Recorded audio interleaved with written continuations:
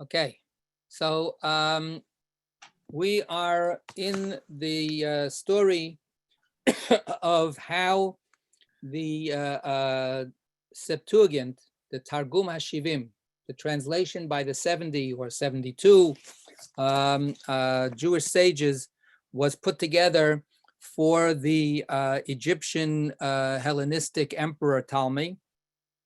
And we started looking at, so the story is that miraculously, each one was put in a separate room and given the task to translate the Torah.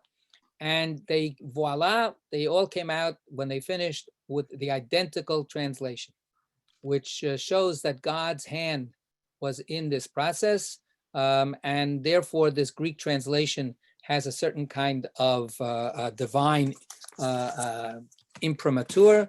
And this is in the background of saying how the Greek translation could be possibly acceptable for reading the Torah. This is Rabbi Shimon Gamliel's opinion.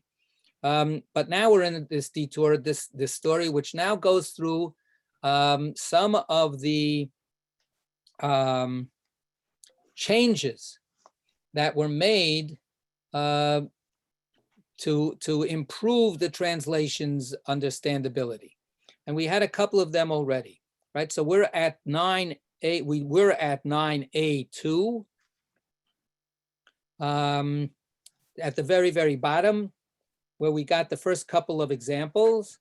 The first example that we had was from the very first verse of the Torah, where the Hebrew says, Bereshit bara Elokim, in the beginning created the Almighty the heavens and the earth, right? So the subject and the verb are reversed, and the Greek translator said, uh-oh, this is going to sound like the Almighty was created.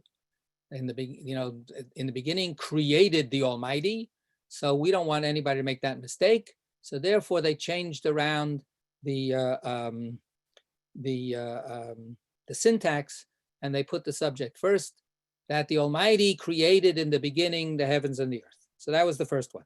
The last two lines on 9A2 was another example, the example of God completing creation on the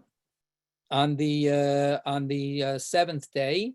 This is what we say in Kiddush on Friday night, where we say Yom HaShishi v'Yechulu Hashamayim b'Haaretz v'Chol Tzom v'Yechal Elokim b'Yom HaShvi'i Melachto Asher Asa, and God completed on the seventh day all of the work that God had done. So what do you mean God completed the work on the seventh day? That means that he's still doing his work.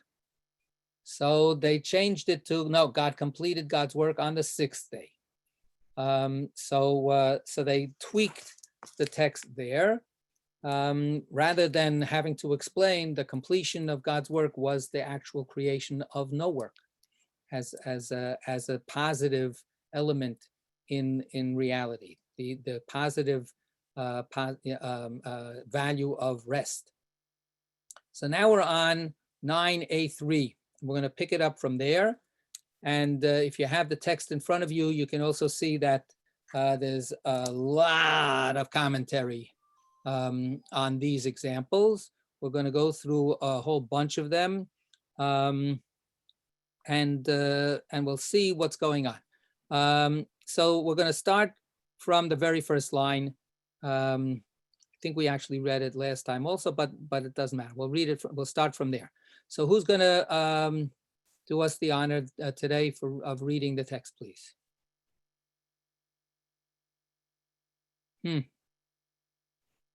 This is very difficult to try to separate you guys from fighting with each other over this. This is, well, Geraldine, how about it? Okay. Thank you. So we're on 9A3, the top of the page where it says, they also wrote. They also wrote, and the abode of the children of... No. 9A3. 9A3. Right? They also wrote, Zachar and Velo Katvu Bra'am.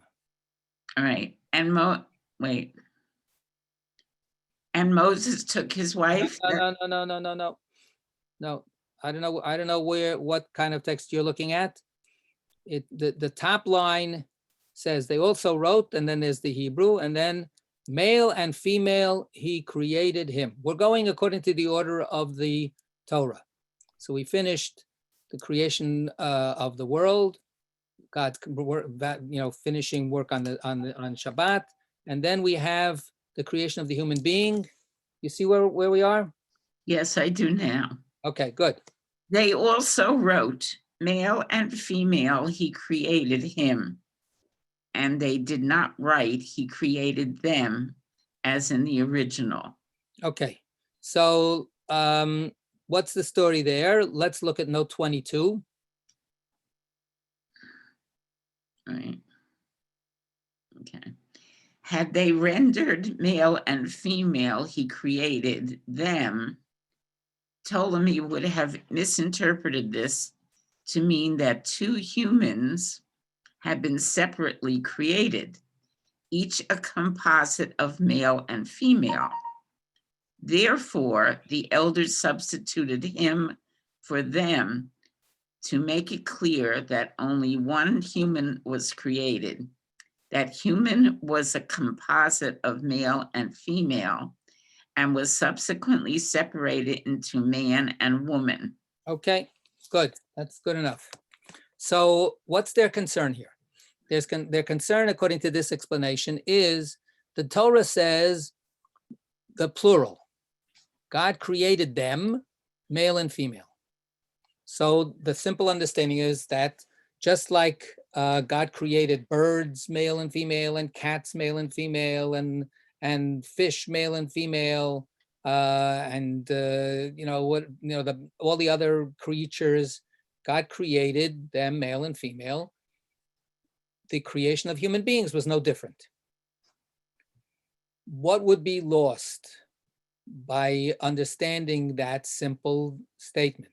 Instead, they said, no, there was only one creature created, and that one creature was both male and female. Why are they insisting that it had to be only one? Who cares? Yeah, Jen. I don't know how far they, that's in Plato and Aristophanes and others. That's a common Greek thing where there's one creation that's both male and female that eventually separates. So is it just a matter of them being influenced by Greek thought in that respect? That would be, an interesting, cross-cultural comparison. Yeah, look at that. There's a bunch of understandings that way. Why do they care? And especially if you're saying it that way, so maybe Talmud wouldn't even make that mistake. Maybe Talmud would understand it very much within the classical and Hellenistic tradition, and he'd read it exactly the way he would be used to reading it according to those kinds of ideas. So, and yet they're changing the text to make this crystal clear. What's again? Why go to that trouble? What's the problem with the with making this kind of general statement? Okay, so human beings were created male and female.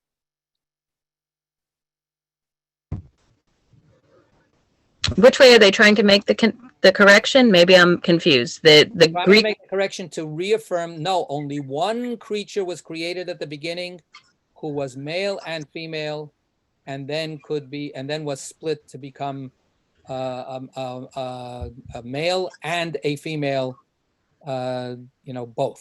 And that's in the Greek text as opposed to the original Hebrew? In the original Hebrew, it says in male and female, he created them. Okay, I don't understand which text is having the argument of making it crystal clear. They changed, he created them, which sounds like generally human beings. He created general. Okay. Changed it from that original text to created it. One creature that was the only creature that was created. One. Right? Yeah. So the point is I would think it would be to match up with Plato, Aristophanes, and others who had that, honestly, because it was already written in Greek. So I'm pushing your point to say, well, then Talmud would have been familiar with that idea and wouldn't have had to make any mistake about it. He would have been able to read that text in the same way as he understood that according to all Greek mythology and Hellenistic ideas. So why were they trying to make it so clear? What I want to suggest is, again, simple stuff. That statement makes the human being unique in all of creation, right? All of creation, the trees are created in multiples. The stars are created in multiples. The luminaries are created in multiples. The bees are created in multiples, et cetera, et cetera, et cetera. There's only one creature, us, that is not created as a multiple. We are created as only one, right? Encompassing both male and female. That's problematic, considering biologically that would not be true. There are lots of biological creatures who are both male and female, or potentially one and the other at different stages. Yeah, but what I'm saying is, whatever those creatures are, there are a lot of them. The Torah tells us a creation story that doesn't say, well, God first created one tree, and then that split off into all kinds of trees. No, trees were created. Grass was created, birds were created, fish were created, right? All of them in all of their, and in fact, it says in all of their types. Leminahem, according to all of their genre, genuses and species and so on. The human being is created as one creature. Yeah, Stuart, you wanted to say something? Yeah, I mean, I'm just following your lead here. I think that the Torah is saying there's something distinctive about humans. They're not just like other creatures. They have a dignity, a human dignity, or a distinctive role in God's plan. And I guess where you're heading is that. Hey, Dasha.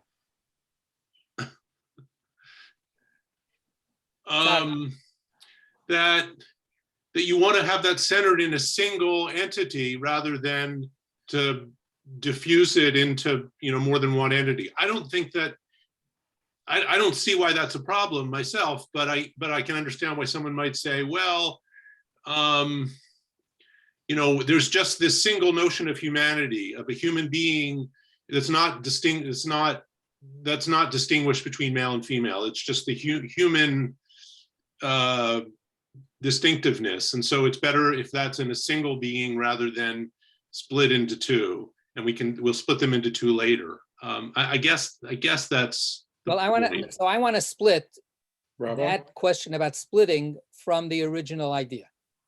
This interpretation is making that's one particular midrashic idea, that they were created as a kind of dual sex, that human beings were the human being was created as one being, right, that had male and female, and then they had to be sawed in half, and then they were able to turn around and see each other as male and female.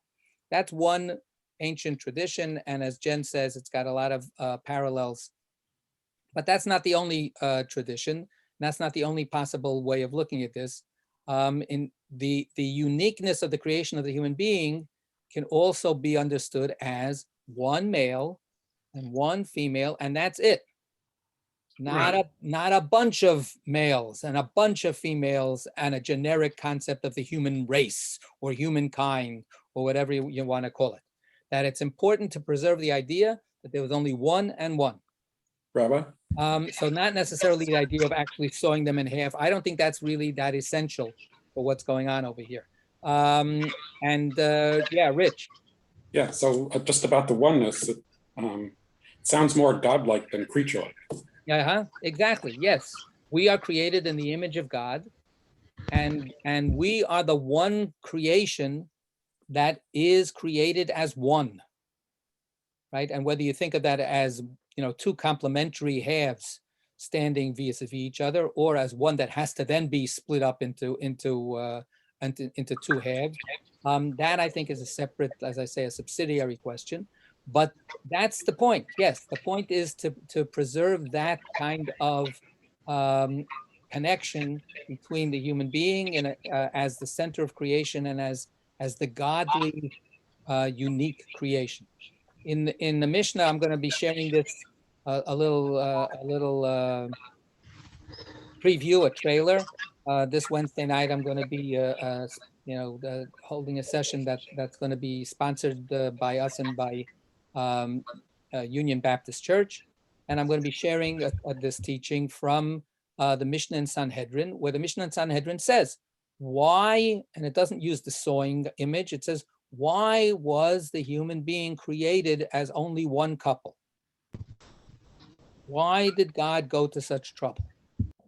And this is part of their discussion about when witnesses testify in capital cases, how much they have to be warned to be careful because of the preciousness of human life.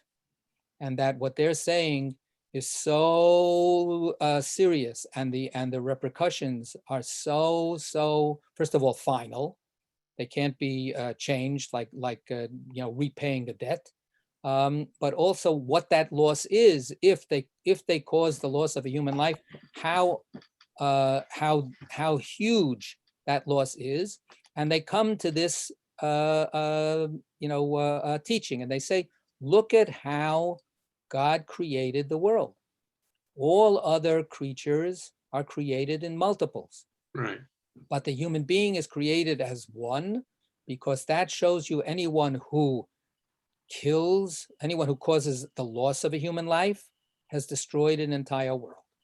And anyone who saves a human life has saved the entire world, because that was the entire world at one point. So that's the message that, and there are other messages that the Mishnah talks about. There's a kind of radical equality. Every life is equal. Exactly. Right. And not just equal, but of infinite worth. Not just we're all equal. We're all worth $50. We're all infinitely valuable. We are all a world. So I think that could be understood as part of what is at stake here. So when we talk about these things, what I'm going to be, what I'm leading up to here is, when we talk about these changes, are they really just worried about that Talmud is going to understand the text? Well, what do we care? People, we can't control the way people read the text. People misunderstand the Torah every day. Some people would say that I misunderstand the Torah every day. So what's involved here is, I would say, not simply, using the Talmud story. We can see here in these examples sometimes also an internal project of trying to clarify what kinds of meanings we will elicit from the text. So, and we'll see this hopefully as we keep on going, and they'll, maybe we'll see how, if we can, group some of these corrections into categories of certain types of errors of interpretation or something like that. Okay, let's keep going. All right, Geraldine, you there? Yeah, where do you want me to continue? Now we're at, they also wrote, come let me descend. Up at the top. Third line, last two words is where I have. On the Okay. left-hand side. They also wrote, and Moses took his wife. No. I don't know where you are. Wait a minute. I don't know exactly where you're reading. Carolyn, you're reading right to left instead of left to right. Ah, you're on the right-hand side. We're on the left-hand side. Thank you.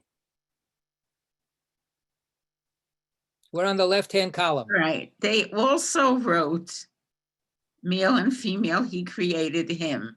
Is that the right spot? That's what, yeah, we just read that. You just Right, read that. and they did not write, he created them as in the original. Right. They also wrote, come, let me descend and I will confuse their language. Okay. So this, where's there? This is what Gertrude Stein was worried about. There is not Philadelphia, but Babylon, right? This is the Tower of Babel story. So where it says that God sees what's going on at the Tower of Babel, we're not going to go into the whole question of what was wrong with what was the project of the Tower of Babel. We can discuss that another time. But God gets moved to intervene, and that's where the word Babel becomes literally babbling. And the one language of the world is fragmented into many, many languages. So of course, this also is, we're following the stories in the Torah, right? One after another after another.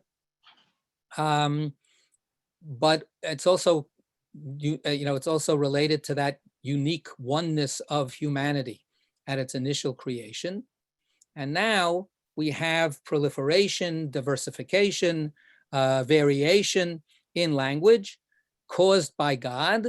But in the Hebrew, in the original text of the Torah, it says, let us all go down to, and will confound or mix up the language. I'm going to just take a look for a half a second at what it says here. I just want to get the original. So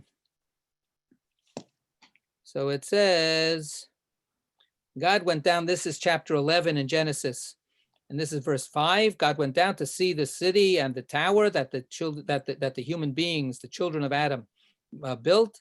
And he says, this is what has caused them, this one language and one peoplehood has caused them to do this. And now, they're unstoppable unless something happens. So what happens? Verse 7. Hava nerda v'navla sham sfatam. So this is in the first person plural. Let us all go down together and let us mix up their language. So here, the translation took that first person plural and changed it into first person singular.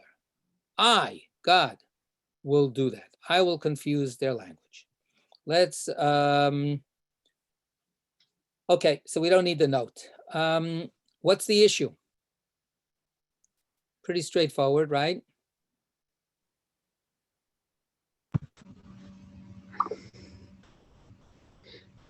Yeah, Jen. I guess they don't like the ambiguity of whether this is just one God or God talking with his favorite angels, or there's a lot of powers out there that are equal. Right. So this is giving it when we have the traditional Passover Haggadah text and we use it. When we finally get to telling the story of the Exodus itself, after we get through all of the trials and tribulations and the plagues and so on, it says that I took you out of the land of Egypt. Ani anochi Hashem elokech asher hotzeiticha me'eretz Mitzrayim. Ani velo malach. Ani velo sav. I did it, not an angel, not with any other help by any other being. And of course, that's one of the reasons that Moses, or the reason that Moses' name is pretty much not in the Haggadah, right? The human agent is not given that explicit crediting that of course is so much of a central part of the story in the Torah itself even. But when we want to celebrate that this is God's work, we take away all other competing or distracting elements. So here too, what they did was they said, no, this is not God going down with the heavenly court and so on. Only God did this. We had this already back at the very beginning of the Torah, where God says, let us create the human being in our image. And they took away that plural and they made it again first person singular, because they didn't want people to feel that there is a plurality of gods or of godly helpers along with God. God is self-sufficient and omnipotent and without need of any help. Okay, so let's keep going and see what some of the other examples are. Here we have a slightly different example. Okay. They also wrote, and Sarah laughed among her relatives. Okay, so now we're moving right along. Now we have the encounter with the three angels who come as strangers to the household of Abraham and Sarah, and they give them the good news that in a year's time they will miraculously have a little child of their own. And when Sarah is listening from the tent, she laughs. So let's look at note, what is it? 24. Rather than vocalizing the last word correctly as inwardly, Bikirba would be the original. Bikirba, inwardly, Genesis 18:12. Instead, they sort of tweaked it and they wrote it instead. They understood it as, instead of Bikirba, as Bikroveh, right?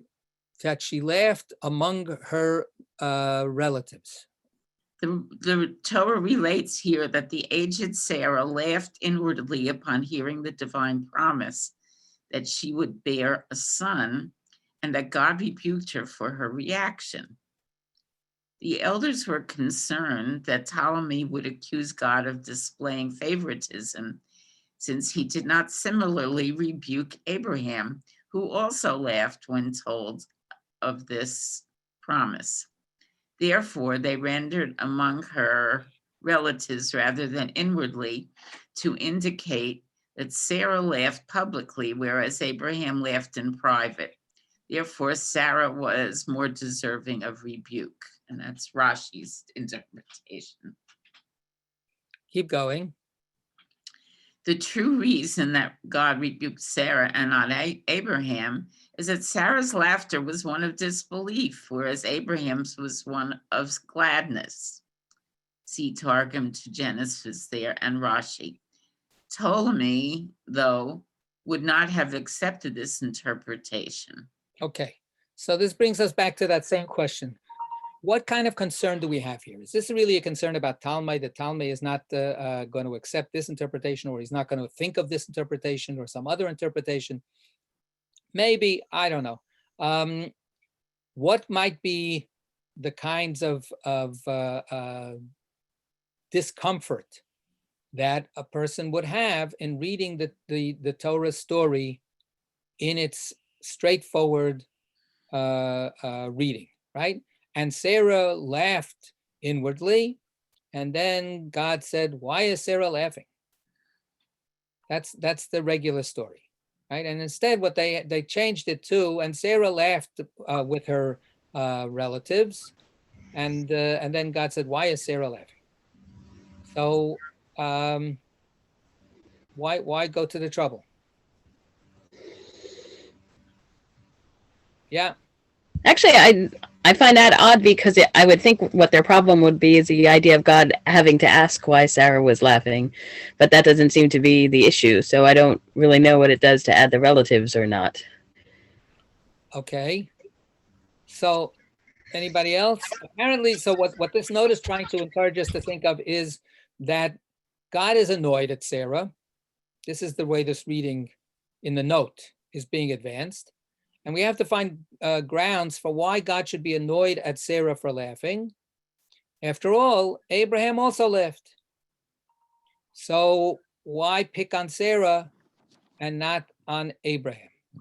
So that would be, if we understand God as that why is not so much a not knowing, it's a kind of a rhetorical expression of anger.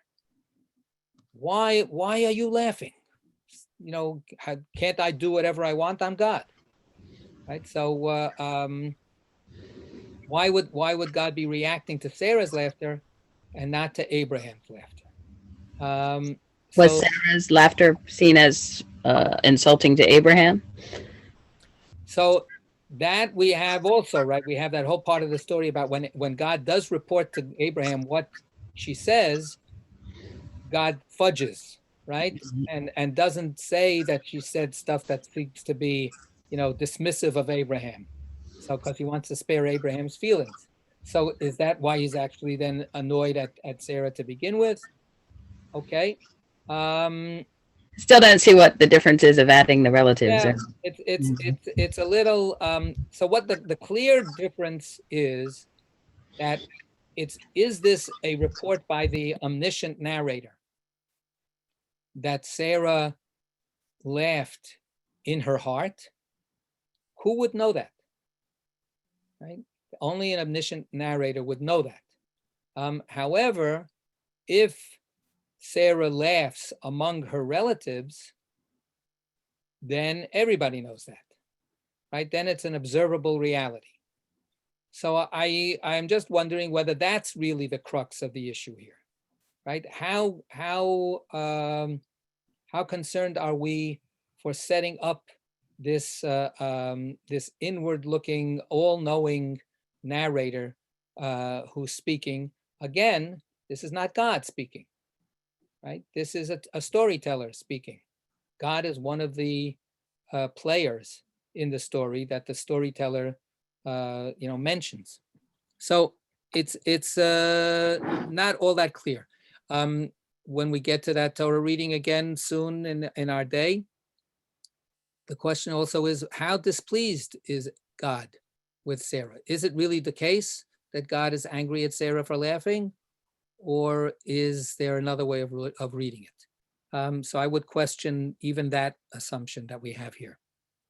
Okay, so Rabbi, yes, I want to go back to your original question. I understand you want to go through this one at a time, and each one of them is going to teach a homily, et cetera, et cetera, et cetera. But who is doing this for who? Now, forget about Talmud. Who is the Talmud trying to clean up the Torah for, given the fact that with the exception of the Jews who are going to be reading it in Greek, who are only one community, the rest of the Jews... that's not true. Well, I mean, you said that the only ones who are allowed to read in Greek, who will need to read in Greek, are the Babylonian exiles. You said that a couple of weeks ago. Maybe I forgot, but I want to get to my point. Who is the Talmud cleaning this up for? Oh, yes. Given the fact that the majority or some proportion of learned Jews are still going to be reading Hebrew. Good. Okay. So that's what, so I thought I sort of brought that question out before. I know, but I don't see any answer. Because you're being impatient. Well, but you're going through one at a time, and each one of them has a sort of an obvious homiletic response. It's all in the footnotes. I beg for your indulgence, and I do intend to address that question, but I want to do it after we do all of the stuff. Okay. Okay? Sure. Thank you. Yeah, Geraldine.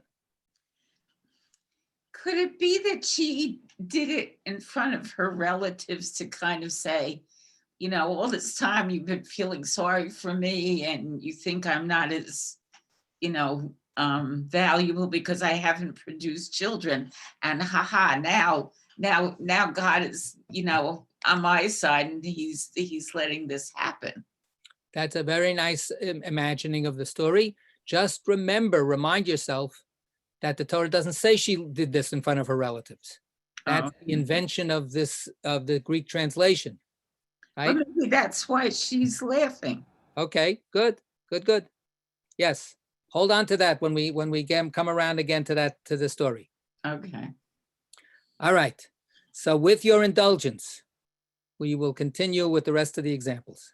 Okay.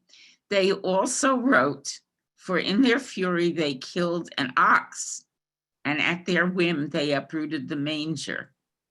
Okay, so what's the story there? 25. First of all, what are we talking about? We're talking about now, we've moved quite a bit again. We're at the end of the book of Genesis, and Yaakov, Jacob, the patriarch, is on his deathbed, and he's giving his final words to each of his sons. And he curses out Shimon and Levi, the second born and the third born of his children, as being people that he wants nothing to do with. Right? He wants nothing to do with these terrible people. Why? Because they're murderers, because they're violent. They can't control themselves. Of course, the background for this is the famous story of the massacre at Shechem. Shimon and Levi were the two brothers that went in and killed all the male inhabitants of that city in revenge because the prince of the town, named Shechem, had abducted their sister Dinah. So, and he was very angry at them then, and he holds in his fury for his whole life. And then at his deathbed, he again curses them out.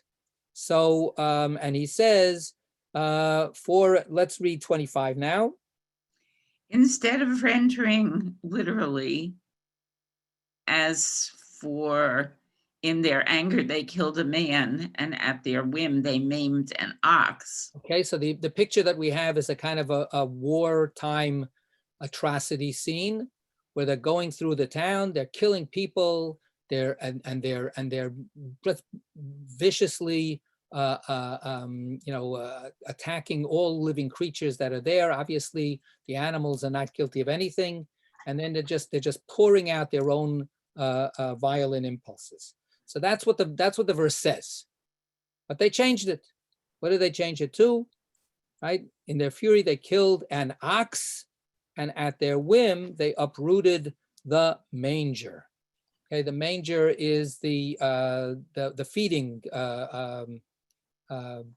sack.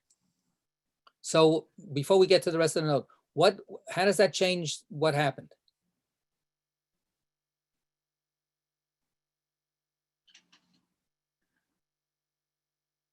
What gets changed? The most important change. What didn't they kill? No men were killed. It was simply Exactly, animals. exactly. Right? This washes away. There's a big cover up here about them killing any human beings. Okay, go ahead. The verse relates Jacob's rebuke of his sons Simeon and Levi for sacrificing the men of Shechem, For massacring the men of Shechem, who had countenanced the abduction and violation of Dinah. Had the elders rendered the verse accurately, Ptolemy would have declared that our ancestors were murderers as attested to by their own father Jacob. Therefore, they altered the verse to speak only of killing of oxen. This conveyed that Shechem's people were no better than animals, and their killing was no more serious a crime than the destruction of animals, Rashi, since they were in truth liable to the death penalty for their wickedness. Right. So this is all, of course, the editors squirming a little bit and expressing their own point of view. But starting from the bottom part of this text, the question is, how could possibly all of these people have been murdered by Shimon and Levi? So there are all kinds of legal excuses that are given for the fact that they really were liable for the death penalty. So it wasn't such a terrible, egregious violation of law or morality. And the earlier text, the earlier sentence is, and after all, they're really no better than animals anyway. I mean, these are all excuses for trying to justify what Shimon and Levi did. And the first part of it is the cover-up. The first part of it is, let's not admit that they killed everybody. But if they did kill everybody, then of course it was the right thing to do. right? So don't tell Talmud that they killed anybody, because he won't get it. But we know that they killed everybody and that it was actually a good thing that they killed everybody. He just won't get it. So that's the way that this text, that this note is reading the story, and of course based on some traditional commentators. Sylvia, yeah. Am I understanding it wrong? But when it says literally, I presume that's the original biblical text. Correct. It says killed a man. Well, right. Killing a man and then killing another man and killing another man. You know, Oh. the original story is that they killed the whole town. Oh, so it's in there. So Right, it's right. this And little piece wouldn't indicate that. right. Well, the verse itself says a man in the sense of a generic term for, you know, they killed humans. They killed, you know, human beings. Right. Wow. So this is something that the whole issue, that whole story, is a very awful story, and Jacob is clearly appalled by it and what he went through in his own life in terms of living with his disgust, and you know, finding it so reprehensible, and then he can't say, he says it at the beginning. And does anybody remember what happens? What's the reaction when he says it? When he says it straight to his sons, look what you did. What do they say to him? Do they say, oh, we got carried away, it was terrible, we regret it, Father, you're right? They say, no. They say, what, are you kidding? We're going to let our sister be treated like a whore? So I'm moved by that. They looked after their sister. so yeah, so they looked after their sister. Of course, what's the next story? They throw their brother into a pit and try to murder him. So they're obviously very, you know, devoted to family values. They don't take his admonishing at all as having any weight. And as we see in his life, he doesn't say anything about it again until later. So of course we can do midrashic filling in as much as we want one way or the other. But it seems to me to be interesting that it's on his deathbed that he puts it out there again. Historically speaking, what we then see as this story continues to be told within the Jewish community is that Shimon and Levi are often vindicated against the express words of Jacob. So we have what are called apocryphal and pseudepigraphal writings from a couple of thousand years ago that defend and actually glorify Shimon and Levi for doing what they did. This glorification comes from a very strong, what we would say today, xenophobic, super chauvinistic stream of thought within the Jewish community. Jacob is the wimpy liberal, and Shimon and Levi are the ones who really care about the Jewish survival and Jewish purity and Jewish honor, and they are extolled for standing up when the rest of the family was passive or apathetic or cowardly. So this is a remarkable thing. We should just, and I've taught about this more than once. The Torah talk about, again, misinterpretations of the Torah. The Torah couldn't be clearer about how reprehensible what they did was. Jacob is Jacob. Jacob is the patriarch. Jacob, with all of our criticisms of Jacob, the tradition says Jacob can do no wrong. He's the man of truth. So this condemnation of Shimon and Levi is thrown away as fake news. It's for, again, not by everybody, but by a substantial, active part of the Jewish people. So how we read this example in this running text is, I think, of interest to us. When we have that change of text to take away the accusation, the fact that they murdered people, is this about simply, let's not wash our dirty laundry in public? Is it that we're worried about what Talmud's going to say about the Jews? Or is this an internal example of a strong group, a strong caucus within the religious Jewish community that sees things a little bit differently? So first, Jennifer had her hand up, and then Mark. Two things. I guess it's not possible really to know exactly which way they were going. That it might have been both shame at the, I'll call it disproportionate response, because I still feel like if you're a woman reading this, not all women, but if you know people who are violated or you've faced it yourself, it's like a powerful story. Like you got people on your side who are going to go take care of that. So there is it doesn't have to be like a xenophobic thing. I know that the people we're talking about who read it that way are probably not too concerned with the way women are reading it anyway. Well, no, I mean, it's the basic question is, if they went in and they slaughtered Shem for raping their sister, or holding her hostage. I don't know if it was holding her rape. hostage or whatever, that's one story. They massacred the entire town. Yeah, so that's why I'm calling it disproportionate response. So I'll go with that. And all those innocent people just had the bad luck of being mathematically disproportionate. What can I say? But it's still like it's a satisfying story on one very basic primal level.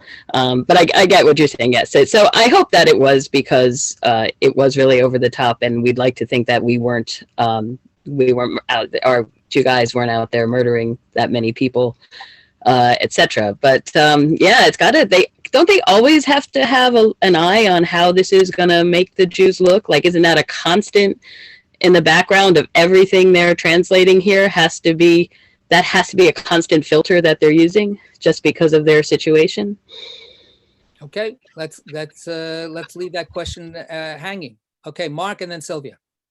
But you're forgetting that the Torah itself, as it moves on, in saying that God sees Pinchas as a man of peace, accepts that kind of violence as an appropriate response, which is completely inconsistent with the justification of the one person story to violate murder, because people are killed for picking up wood on the Sabbath. Which is pretty terrible. So there's this whole, if you look at it as one story, instead of as the evolution of a number of, forgive me, primitive ideas over time that then gets reinterpreted and reinterpreted and reinterpreted in terms of more developed morality and maybe a more fraught social context.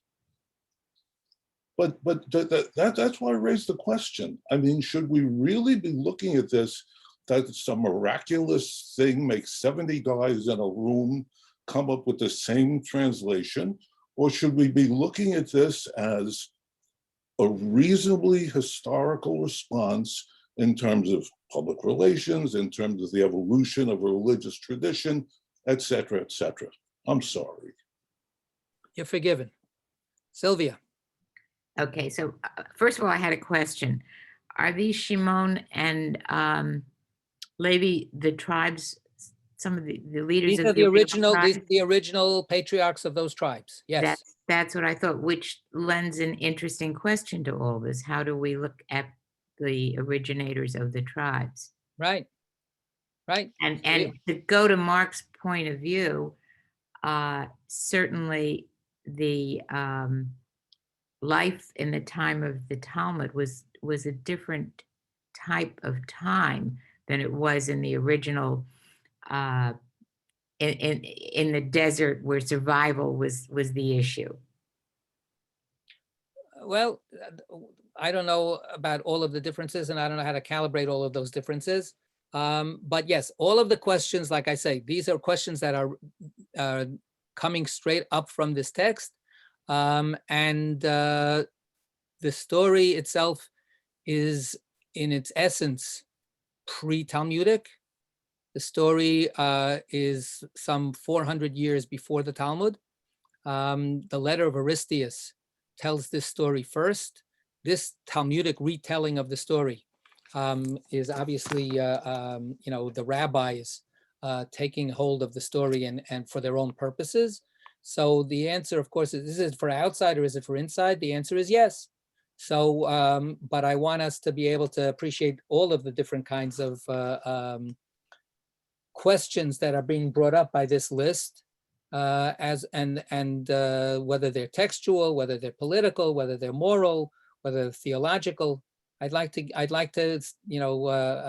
give them all their due, and then see if we can not wrap it up into a neat package, but at least then talk about all of the complexity together.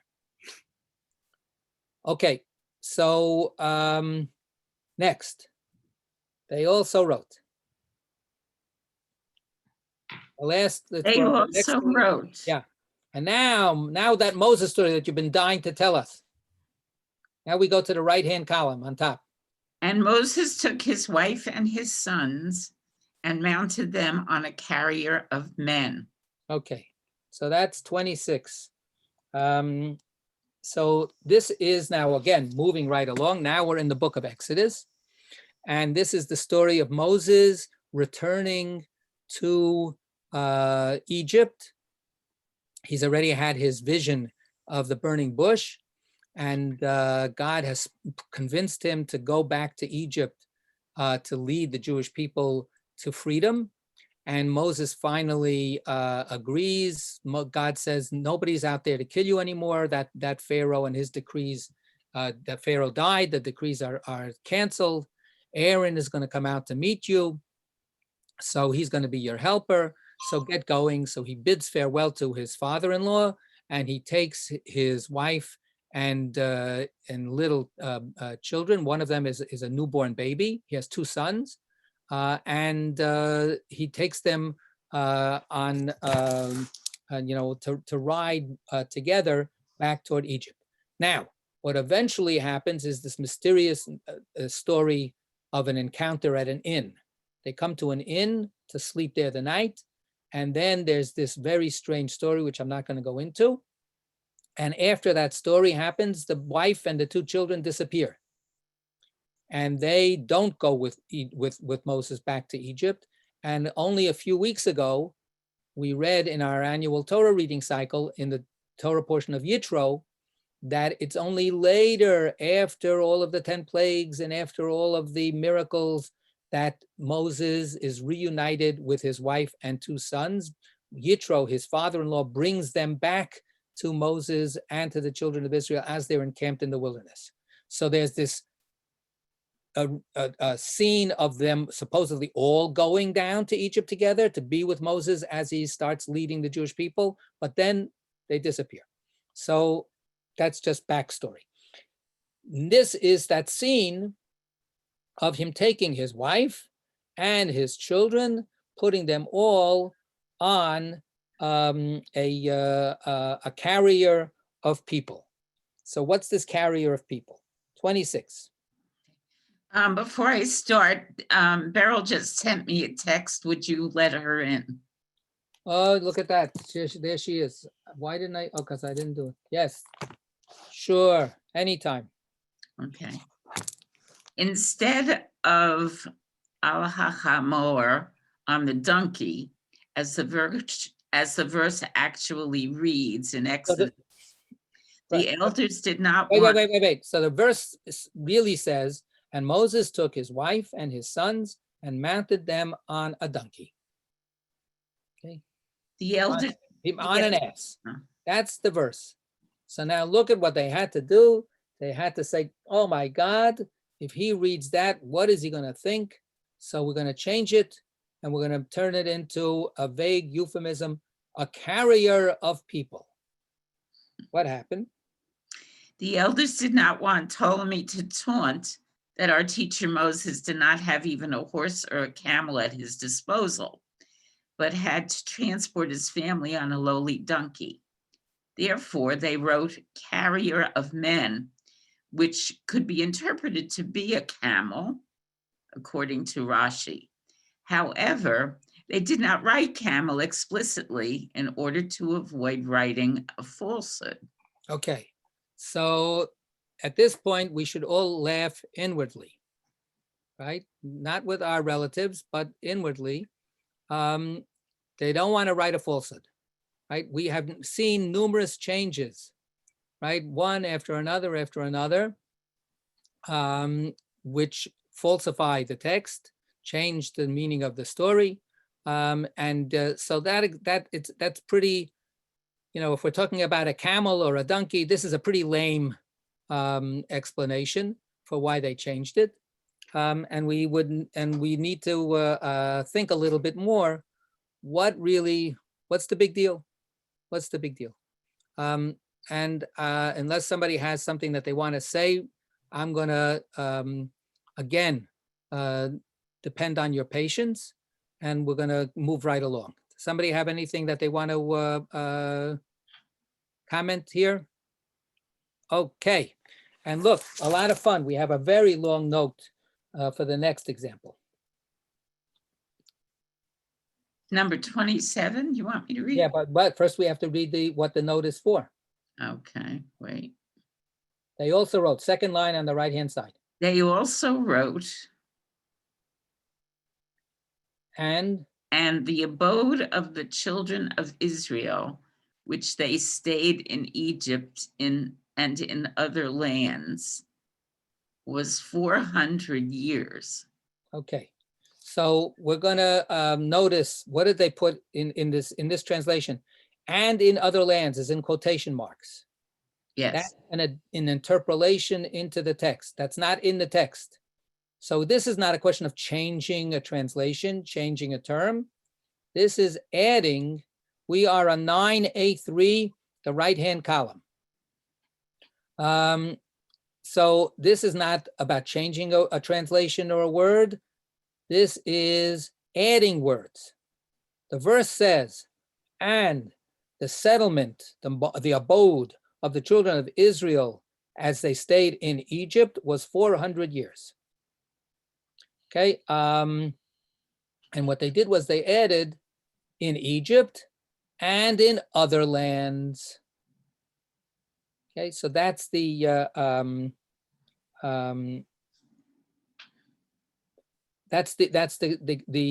improvement for the text. So we're going to not read that note, but just point out that this note, this issue is an issue that has puzzled or has been noticed by many, many people. Anybody that reads the Torah sees a number of problems when the Torah talks about how long we were slaves in Egypt, or how long we were in Egypt, because it's not necessarily how long we were slaves. We were in Egypt before we were slaves. So one place it says 400 years, another place it says 430 years. And neither one of those time periods works out with any way of calculating how long we were in Egypt. In the way the story is presented, and you can go one way or the other here. One text says we were there 400 years, 430 years, and another text says that if you count the generations, we were there for 3 generations, which is a considerably shorter period of time. So what do you do with that? So there are all kinds of answers that are given in the traditional commentators. And the original number comes from God speaking to Abraham, that when God says to Abraham, no, you should really never lose hope, never lose faith. You will be the father of a great nation and you will have your own descendants. And you should know that those descendants will be subjugated for 400 years. But then I will execute judgment and I will take them out and bring them to the promised land. So this is the first promise all the way back to Abraham. That's what gives us permission to go and steal land from the Palestinians, because we have this divine promise. So there's where the 400 years is mentioned first. But then, as I said, when we look at the rest of the story, it doesn't work out that way. So how we answer that question is a whole bunch of different ways of trying to do it. And one is that if you count the 400 years, it works pretty much from Abraham. So in other words, it's being aliens and being estranged or being powerless.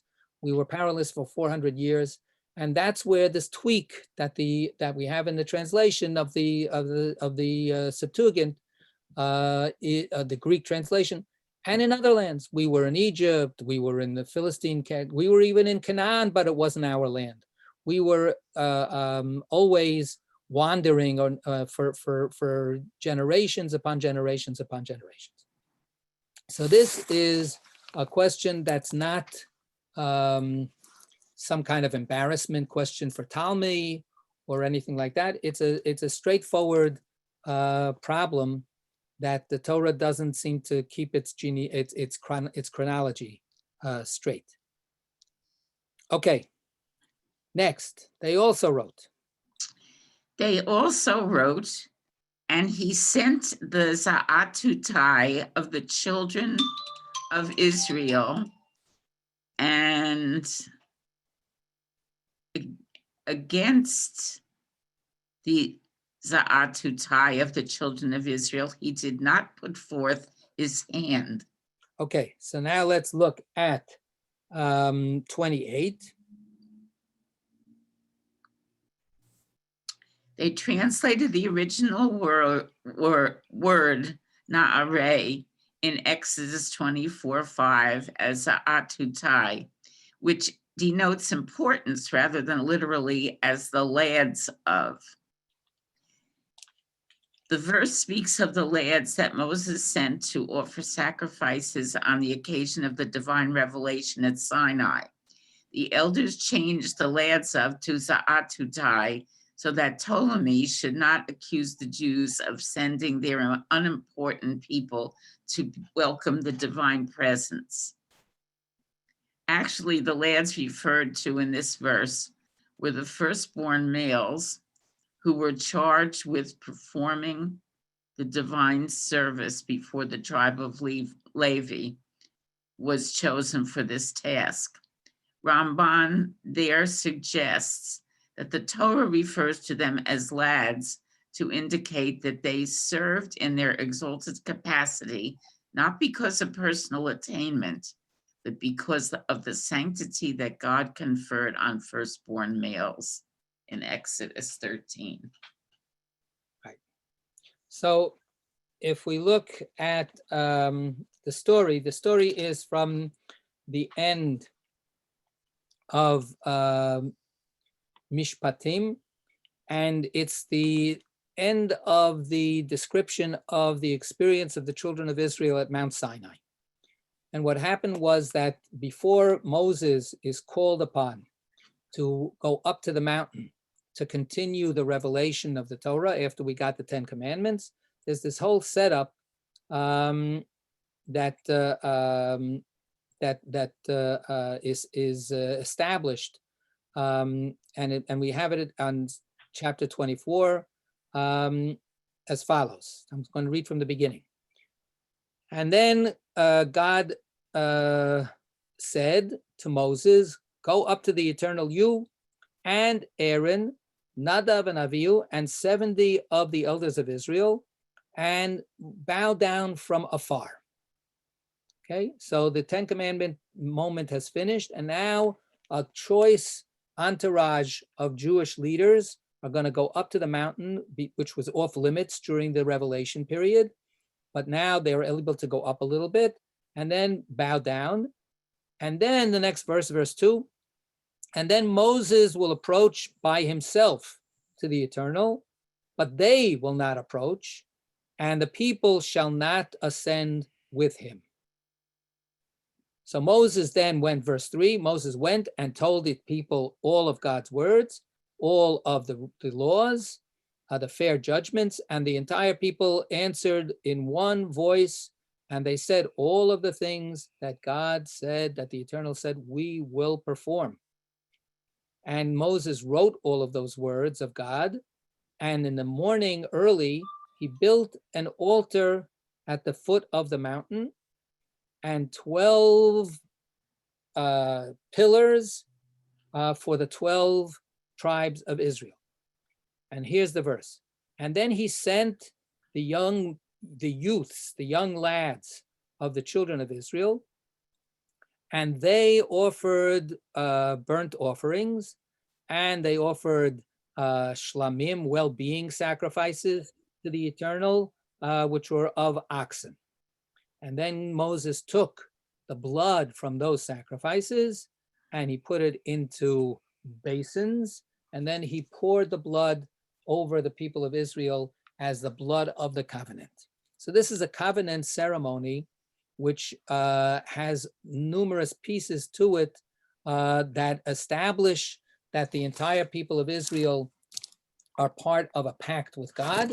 The next verse has the most famous statement that we have from Mount Sinai, where the people, as a result of this covenant, say all that God has said, all that God has commanded, na'aseh v'nishma, we will do and we will listen.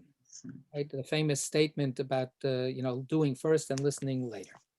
So the ceremony is a solemn ceremony. It's a ceremony of establishing this sacred relationship between God and the people of Israel. And there seems to be this, detail in the text that is very strange. And it's that the people that are setting up the sacrifice are young guys, young lads. Now, I want to also then go to the next verse that they talk about, which then happens. Verse 7, as I said, is na'aseh v'nishma. I'll read to you the rest of the verses anyway. Then Moses took the blood and he threw it upon the people, and he said, here, look, this is the blood of the covenant that the Eternal has struck with you, has cut with you about all of these things. And then Moses and Aaron and Nadav and Avihu and the 70 elders of Israel ascended the mountain. And they saw the Almighty God of Israel. And under God's feet was like a working of sapphire brick and like the essence of heaven in its purity. So have this mystic vision that is experienced by these leaders of Israel up halfway up the mountain. They see God and have a vision of at least underneath God's feet. They see the base, the floor of heaven.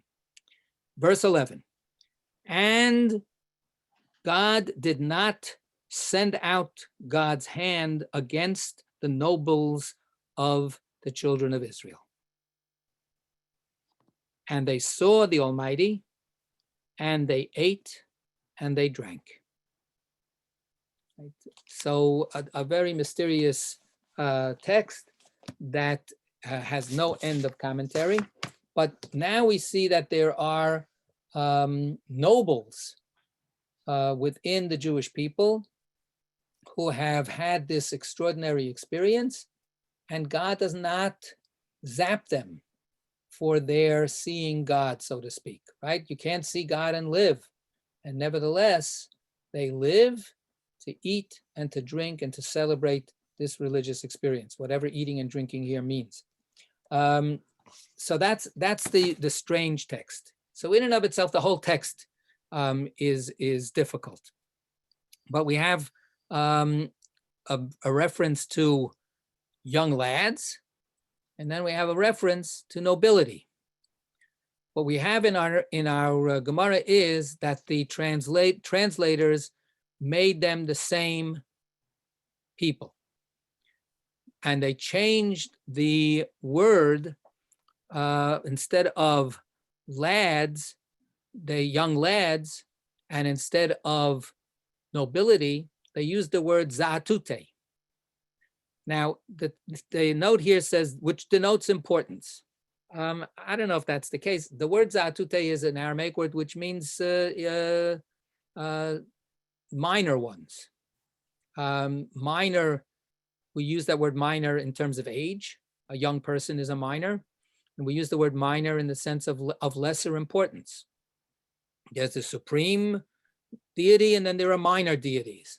So they use this word as kind of secondary folk. And that's how they, first of all, put both of these groups together. The group that offers the sacrifices are these minor dignitaries, and the people that are spared by God are these minor dignitaries. So they're all put in there together. But the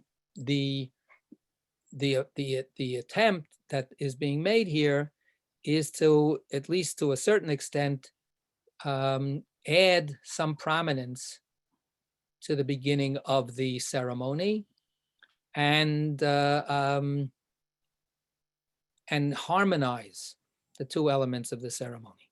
What the note does indicate is that we should remember there are no priests yet. This sacrificial ceremony takes place before there is an institution of Aaron and his sons as being priests. Yes, they're singled out to come up the mountain, but they have not yet been invested as priests. That happens later, right? It happened in this past Shabbat Torah reading. So who gives sacrifices? Who makes altars? Who creates these religious ritual moments? At this point, it's unspecified within God's instructions. So what Moses is doing here is he's designating, and he designates, according to the Torah's words, to some young people, to some young men, to go and offer sacrifices. Is this going to rub some people the wrong way? Is this going to sound disrespectful? Is this going to sound chaotic? How does this work from a perspective of someone, let's say like Talmud, who has a very, very hierarchically well-established ritual world that he lives in? How does that look? How does it look for us? Right? So the attempt by the translators is to soften this a little bit, to make it look better than it might look. And then the rest of the note is trying to have other traditional commentators also make it look better, right? And say, well, these are really the firstborns who are who are rightfully given the ritual authority to do this. But oh, you can't hear me? But it opens up this very obscure and intriguing text. It opens up for a moment this kind of actual